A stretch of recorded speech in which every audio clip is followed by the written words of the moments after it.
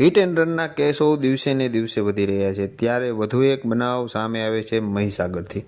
મહીસાગરમાં hit and રનની ચોંકાવનારી એક ઘટના સામે આવી છે.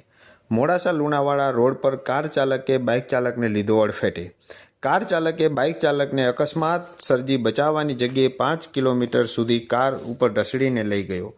અન્ય કાર ચાલકો દ્વારા કાર ચાલકને રોકી પોલીસના હવાલે કરાયો. સમગ્ર ઘટનાની જાણ બાકોર પોલીસને થતાં બાકોર પોલીસ ઘટના સ્થળે પહોંચી હતી.